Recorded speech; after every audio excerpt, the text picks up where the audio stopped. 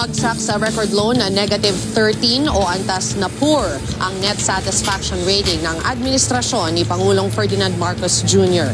Batay ito sa pinakabagong survey ng social weather stations noong March 24 hanggang March 31, 2026. 32% ng mga Pilipino ang nagsabing kontento sila sa administrasyon, 21% ang undecided at 46% ang hindi kontento. Kaya ang lumabas ang net satisfaction rating na negative 13.